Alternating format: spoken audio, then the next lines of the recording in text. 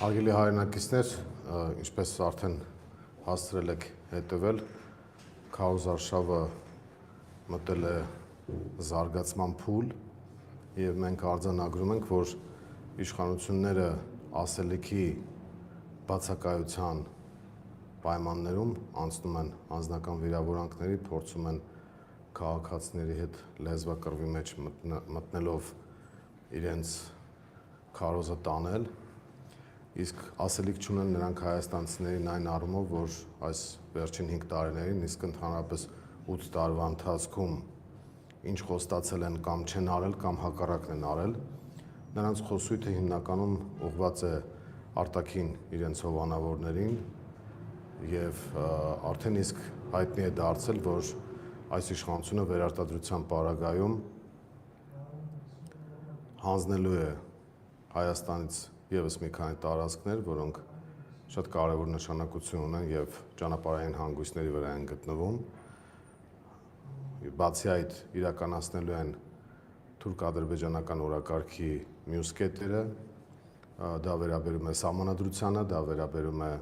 Հայաստանի ատոմակայանին, նաեւ հանքերին եւ ակնհայտ է, որ հերահար նպատակ կա ռուսական ռազմաբազան դուրս բերել Հայաստանից եւ դրանով իսկ ճանապարհ բացել Թուրքիայի ու Ադրբեջանի համար։ Այս իշխանությունը եւ կոնկրետ Նիկոլ Փաշինյանը այլ տարբերակ իրենց կաշվի փրկության, իրենց վերարտադրության չեն տեսնում, բայց մենք նաեւ արձանագրում ենք, որ քաղաքացիների մոտ կա ակտիվության աճ եւ հատկապես Երևանը ցույց է տալիս, որ մերժում է Նիկոլ Փաշինյանին, նույնը նաեւ մարզերում է, բայց ոչ այդպիսի ինտենսիվությամբ, բայց ընդհանրապես քաղաքագիտությունից հայտնի է, որ մայրաքաղաքից դեպի մարզեր ուղղող իմպուլսները ժամանակի ընթացքում տեղ են հասնում եւ կարող ենք ասել, որ արդեն ամբողջ Հայաստանը մերժում է այն քաղաքականությունը, որը վարում է եւ որը պատրաստվում է վարել Նիկոլ Փաշինյանը։ Ու քանի որ Երևանից են հիմնական իմպուլսները ստացվում, կարող ենք ասել, որ դա պատահական չէ։ Առաջին պատճառն այն է, որ մայրաքաղաքում ավելի տեղեկացված են եւ դա համընդհանուր երևույթ է, ոչ միայն հայաստանյան երևույթ, եւ երկրորդ պատճառն այն է, որ երևանցիները իրենց մաշկի վրա զգացել են քաղաքացիական պայմանագիր կոչվող խմբակի վարած քաղաքականության ամբողջ բացասական հետևանքները։ Երևանը խայտարակ մակարդակի է կառավարվում եւ մարդիկ արդեն տեսնում են, որ բացի անվտանգային, բացի սոցիալ-տնտեսական խնդիրներից, որոնք առաջանում են այս իշխանության օրոք, նաեւ կոնկրետ մայրաքաղաքը շատ լուրջ խնդիրներ ունի եւ մենք առաջարկ Հայաստանի ծրագրով ներկայացրել ենք այն լուծումները, որոնք վերաբերում են մայրաքաղաքին, ինչպես հայտնի է Մայր Հայաստան խմբակցությունը արդեն 2 տարի շարունակ համարվում է թիվ 1-ը իր գործունեությամբ երևանցիների կողմից, մենք նախ շնորհակալություն ենք հայտնում երևանցիներին եւ երկրորդը արձանագրում ենք, որ դա շատ պարտավորեցնող է, որովհետեւ նման վստահություն ցույց է տալիս, որ մարդիկ գնահատում են մեր աշխատանքը, իսկ դա իր հերթին նշանակում է, որ մենք պետք է շարունակենք այդ աշխատանքը։ Առաջարկ Հայաստանի ծրագրի շրջանակներում մենք կոնկրետ Երևանի մասով ունենք բազմաթիվ լուծումներ, որոնք վերաբերում են ինչպես քաղաքի խելացի կառավարմանը, այնպես էլ ընթացիկ խնդիրներին, դուք տեսնում եք կանաչապատ տարածքների հետ կապված, օդի աղտոտվածության հետ կապված, խցանումների հետ կապված, հեղատար համակարգերի հետ կապված եւ ընդհանրապես քաղաքի կառավարման հետ կապված ինչպիսի խնդիրներ կան եւ մենք դրանց մեր լուծումներն ենք առաջարկում։ Այս իշխանության օրոք հիմնականում տեղի են ունեցել թանկացումներ եւ այդ թանկացման շնորհիվ է, որ իրենք բյուջե են լցրել եւ մասնավորապես գույքարկի հետ կապված շատ տոտալ այսպես դժգոհություններ կան, որովհետեւ մարդիկ իրենց Սովետ միությունից ստացած բնակարաններում հիմա փաստորեն պետք է վարձով ապրեն եւ բավական թանկ վարձով բնակարան ունենան։ Այս առումով մենք առաջարկում ենք վերանայել որոշումը թանկացման եւ կրկնակի կրճատել գույքարկը։ Երևանը պետք է ունենա դիմագիծ եւ այցեքարտ։ Այցեքարտի մասով ինչպես որ տարբեր մայրաքաղաքներում մենք տեսել ենք, ասենք Հռոմում, Փարիզում, Էյֆելյան աշտարակն է կամ Աթենքի հայտնի մշակութային կենտրոնը իրենց հին այդ Ակրոպոլիս կոչվածը, մենք առաջարկում ենք, որ նմանատիպ այցեկարգ պետք է դարձնել նաև Ուրարտու Էրեբունին եւ Էրեբունին պետք է կտրված չլինի ընդհանուր տուրիստական հոսքերից։ Ինչ վերաբերում է օդի աղտոտվածությանը, ապա մայրաքաղաքը ցավոք սրտի ամենաբարձր ցուցանիշներն ունի աշխարհում եւ քաղցկեղածին մայրաքաղաք է համարվում։ Սա նշանակում է կանաչ գոտիների ավելացումը պետք եւ սա նշանակում է չպետք է թույլ տալ այն վայրի շինարարությունը, որը որ մենք տեսնում ենք եւ որը բերում է կանաչ տարածքների կրճատման, ու երբ որ նույնիսկ քաղաքում թեթև անձրև է գալիս, այդ բետոնապատ քաղաքը հնարավորություն չի տալիս քաղաքացիներին ազատ տեղաշարժվել, այլ չեմ խոսում մեքենաների խցանումների եւ այլնի մասով։ Դուք գիտեք, որ ավտոկայանատեղիների թանկացում ապահովեցին հայտարարելով, որ խցանումները դրանով կարող են վերանալ, բայց ընդհանրապես քաղաքացիներից տարեկան վճարի մասով 13 անգամ ավել գումար վերցրեցին եւ այդ լրացուցիչ 1 միլիարդ դրամը հիմա իրենք փորձում են փարիսեցիաբար հայտարարել, թե իբր ուղղվել է մանկապարտեզներին եւ այլնին, բայց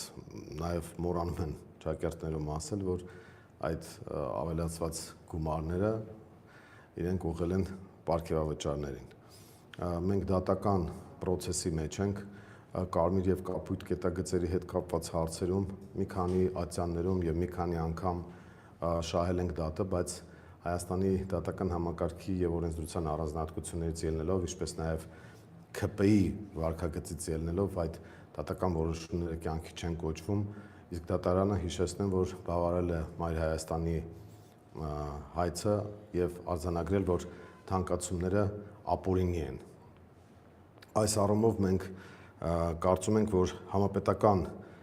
մակարդակով իշխանափոխությունը հանգեցնելու է նաեւ եւ պետք է հանգեցնի անպայման Երևանում իշխանափոխության, որովհետեւ Երևանի իշխանությունը լեգիտիմ չէ, ինքը ստացել է մայրաքաղաքի ընտրական իրավունք ունեցողների 9%-ի քվեն, իսկ ընտրական մասնակիցների 30-ից մի փոքր ավել տոկոս է ստացել եւ հետագայում քաղաքական կոռուպցիայի աճպարարության եւ ստվերային գործարքների արդյունքում պահել է իշխանությունը։ Այս ամենը պետք է վերանայվի, բնականաբար այդ process-ը պետք է հաջորդի համապետական մակարդակով իշխանափոխությանը։ Իշխանափոխության կարևորագույն գործոնը հանրության ակտիվ մասնակցությունն ենք համարում եւ նորից վերադառնալով մայրաքաղաքին ասեմ, որ մեր ուսումնասիրությունները եւ կանխատեսումները ցույց են տալիս, որ Երևանում մոտ 500,000 մարդ կմասնակցի կամ նույնիսկ ավել 500,000 մարդ մասնակցելու պարագայում փաստացի մենք հնարավորություն կունենանք իշխանափոխությունը շատ ավելի հզոր ձևով իրականացնել, այլ ոչ թե 1-2%-ի տարբերությամբ։ Այդ առումով մենք կոչ ենք անում ոչ միայն երևանցիներին, այլ ընդհանրապես Հայաստանի քաղաքացիներին եւ ասում ենք, որ մի մնա տանը փրկիր կյանքեր։ Եթե նախկինում այդ կորոնավիրուսի ժամանակ ասում էին մնա տանը փրկիր կյանքեր, ապա հիմա մենք հակառակն ենք ասում ենք դուրս արի տնից եւ փրկիր կյանքեր եւ բառից բուն իմաստով փրկիր կյանքեր, որովհետեւ սրանք պատերազմ են բերել եւ պատերազմ են բերելու նոր կորուստներ ու նոր ավերածություններ են բերելու, ու որպեսզի դա տեղի չունենա, մենք հնարավորություն ունենք ընտրատեղամասերում տալու մեր կռիվը, որպեսզի հետո ստիպված չլինենք մարտի դաշտում կռիվ տալ։ Հայրենիքի պաշտպանությունը բոլորիս պարտքն է, պարտականությունն է, բայց մեզ համար շատ կարևոր է, որ լինի խաղաղություն, երաշխավորված խաղաղություն եւ որպեսզի մենք ցնցումներ չունենանք, նաեւ տնտեսական ճգնաժամեր չունենանք հայ-ռուսական հարաբերությունների վատացման պատճառով, որի մեղավորը կրկին Նիկոլ Փաշինյանն է, ահա այս ամենից խուսափելու համար մենք պետք է գնանք ընտրատեղամաս եւ առաջինը մերժենք քաղաքացիական պայմանագրին եւ երկրորդը ձայնը տանք ազգային ուժերին եւ տվյալ դեպքում արդեն էական չի թե որ ուժը քանի տոկոս կհավաքի։ Շատ կարեւոր է, որ հավաքական ընդդիմությունը ունենա շատ ավելի բարձր տոկոս, քան այսօրվա իշխող խմբակն է։ Մնացած առումներով, եթե կան հարցեր, հարգելի լրագրողներ, պատրաստ ենք պատասխանելու։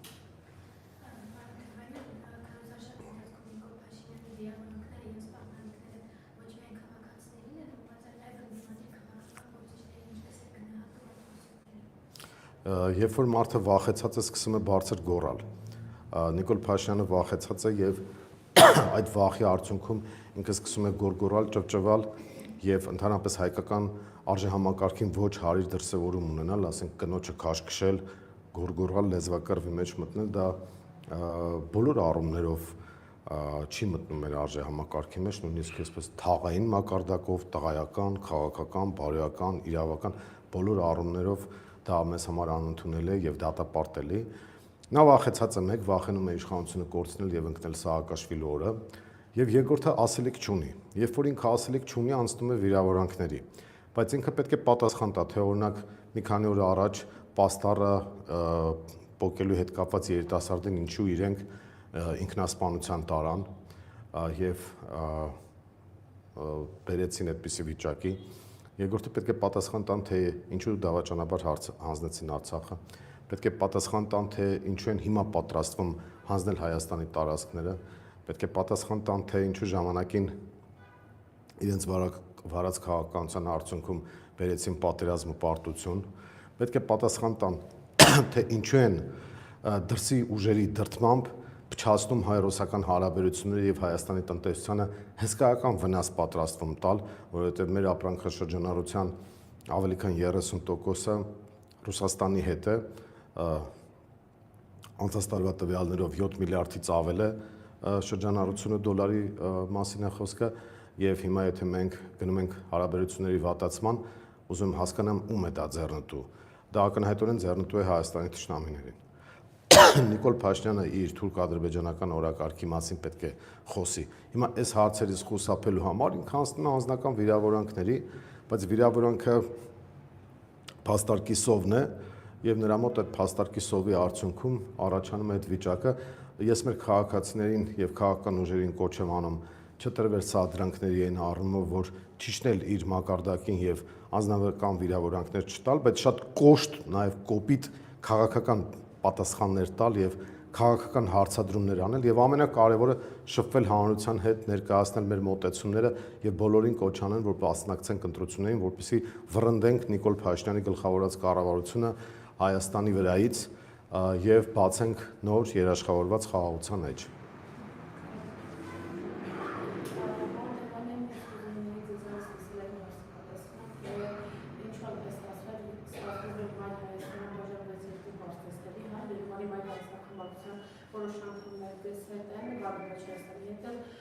Ոմանք Հայաստան դաշինքի հետ են մասնակցում ընտրությունների, ձեր արձագանքը, մեր տրամադրությունը թե ինչու այդպես ստացվեց, երկրորդ հարցը իրավական, մեր իրավապահների գործողությունների խնդրում գնահատական տալ, թե ինչու Փաշինյանը քաշքշում է կնոջը վիրավորանք է ասում եւ այլն, սակայն այս դեպքում իրավապահները կարծես լողում են, իսկ եթե մի դիմադիր միակ բան եւ այլն, երեք տեսակ Արթուր Սիբյանին նա ձեռքով խաղել է եւ այլն։ Եվ երրորդը ի վերջո երբեք հայտարարվելու է վարչապետի թեկնածու։ Վարչապետի թեկնածուի մասին դեռևս վերջնական որոշում երբ որ լինի կհայտարարվի, ինչ վերաբերում է իրավապահների երկակի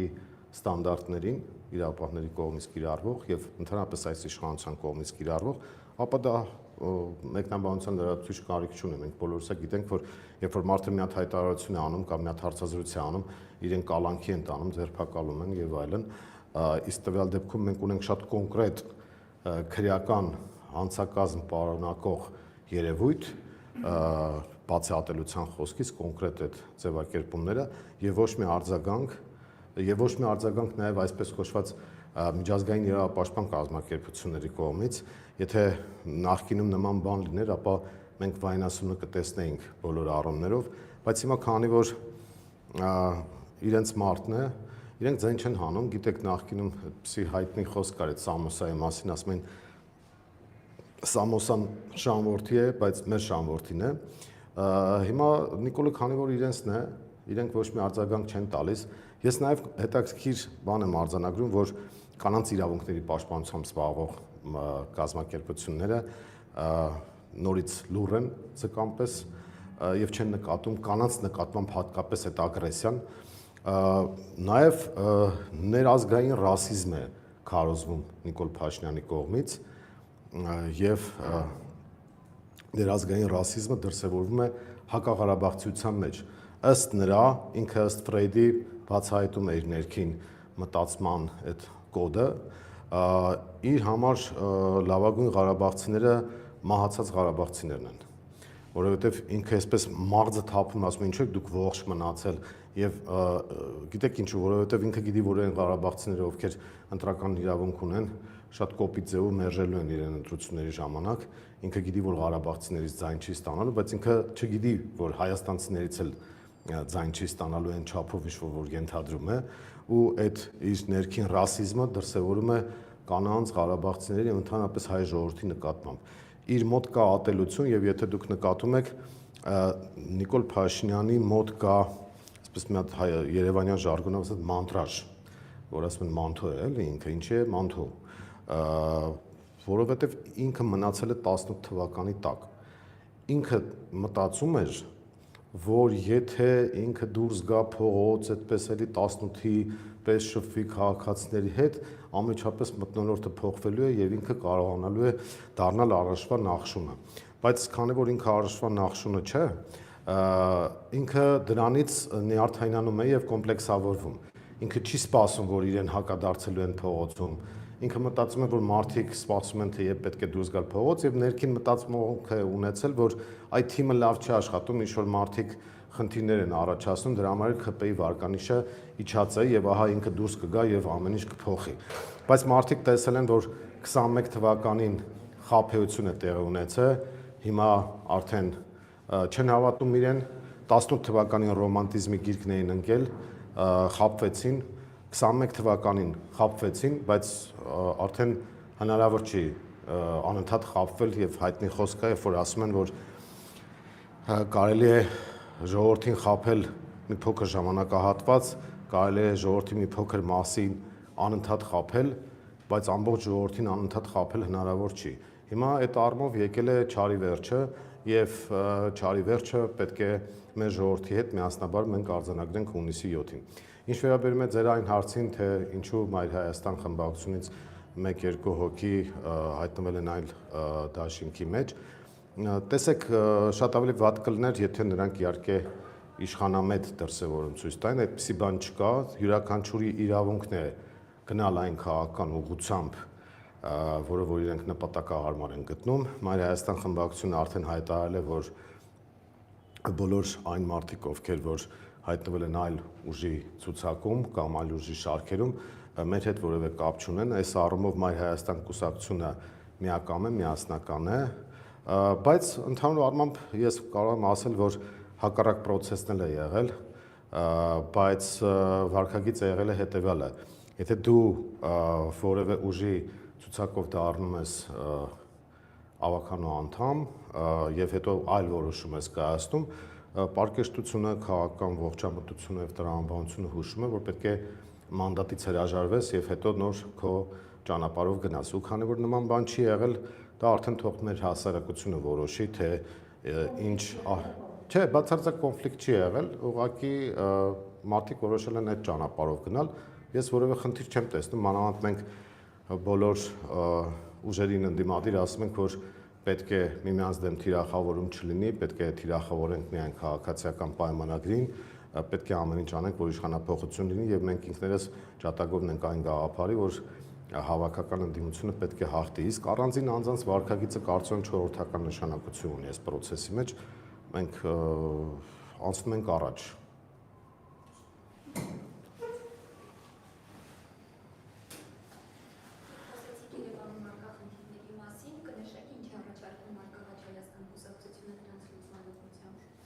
Տեսեք, առաջարկ Հայաստանի ծրագրով մենք նախ ներդնում ենք խելացի քաղաքի մոդելը։ Խելացի քաղաքի մոդելը վերաբերում է ինչպես համայնք քաղաքացի շփումներին, էլեկտրոնային համակարգերի կատարելագործմանը, այնպես էլ տրանսպորտի շարժին, արժանապատիվ տրանսպորտ ապահովելու գաղափարին, ընդհանրապես քաղաքի հետ կապված խնդիրների լուծմանը, որը խելացի քաղաք կոչված մոդելն է, միջազգայինորեն ընդունված, մենք այդ մոդելի ներառումը մեր ծրագրում ապահովել ենք։ Երկրորդը կանաչ գոտիներ, տոտալ կանաչ գոտիների հիմնում եւ այդ վայրի եւ սանձարձակ եւ նորմերին չհամապատասխան շինարարության կանգնեցում, որպեսզի մենք կարողանանք այդ նաեւ օդի աղտոտվածության խնդիրը լուծել։ Երրորդը ճանապարհների ճիշտ կառավարումն է, այն առումով, որ խցանումները կարողանանք կառավարել։ Խցանումները կառավարելը միայն ավտոկայանատեղիների թանկացումը չէ կամ ոչ այդքան ավտոկայանատեղիների թանկացումն է, ինչպես որ սրանք են իրականացրել, այլ վերգետնյա եւ ստորգետնյա ավտոկայանատեղիների կառուցում, որը ամբողջ աշխարհում ընդունված է այդ մոդելը, մենք դա ապահովելու ենք եւ նաեւ ապահովելու ենք որոշակի փողոցների բեռնաթափում ավտոկայանատեղիների մասով, ասենք մասնավորապես Մաշտոցի փողոցի հետ կապված,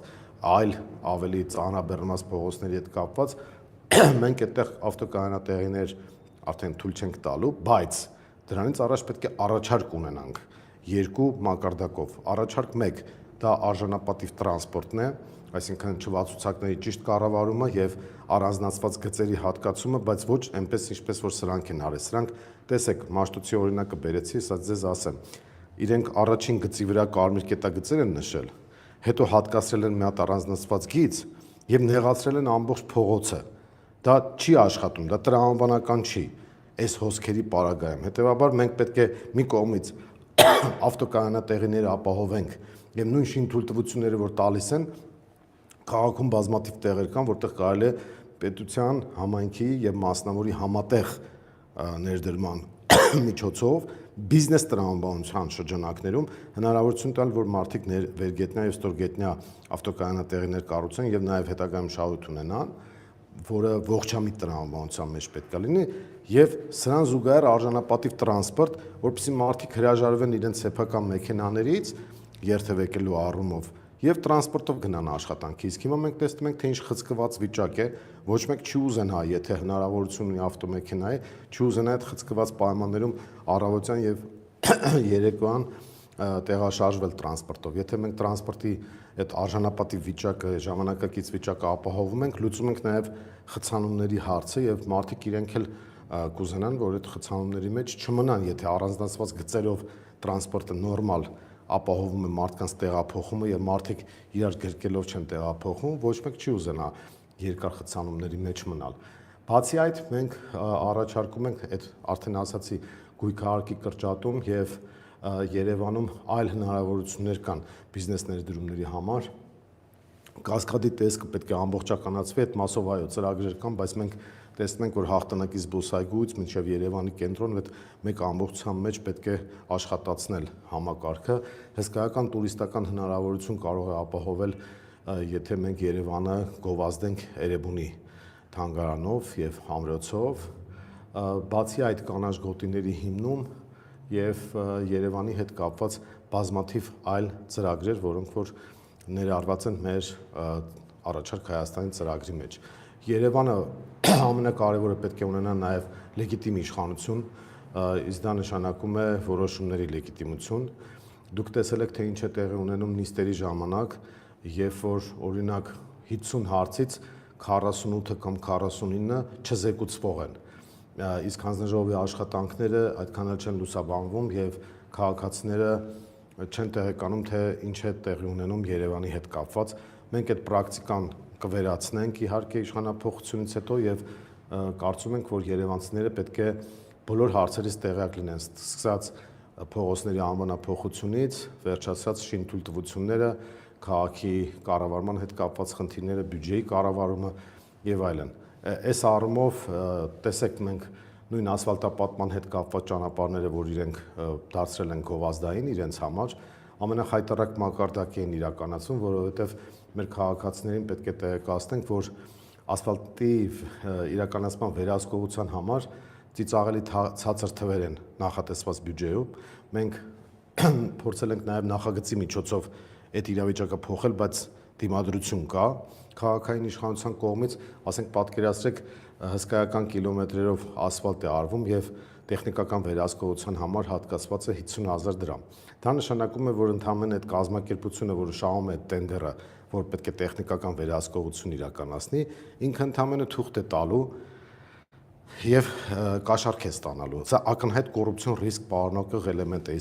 Տեխնիկական վերահսկողության պարամետրերը, որ մենք նայում ենք օրինակ ասֆալտի ճանապարհների, այնտեղ գրված է, որ ամենօրյա ռեժիմով պետք է տեսանկարահանում իրականացվի, ֆոտոնկարահանում իրականացվի, մարդիկ գնան տեխնիկապես հսկեն։ Դուք պատկերացնում եք մի հատ կազմակերպություն, որը 50,000 դրամով օրինակ 3 ամիս այդ աշխատանքը իրականացնի։ 50,000 դրամով, նույնիսկ իրենց տրանսպորտի փողը չի երիկի։ Դա նշանակում է, որ այդ կազմակերպությունները ֆիկտիվ կազմակերպություններ են, վերցնում են այդ հնարավորությունը տեխնիկական վերահսկողության, թուղթը վաճառում են, ասֆալտն է տեսել եք արդեն իրենց գովազդված ասֆալտը նախանցած տարի բախտները բերեց մի քիչ ձուն, այդ պրակտիկորեն չեկավ Երևանում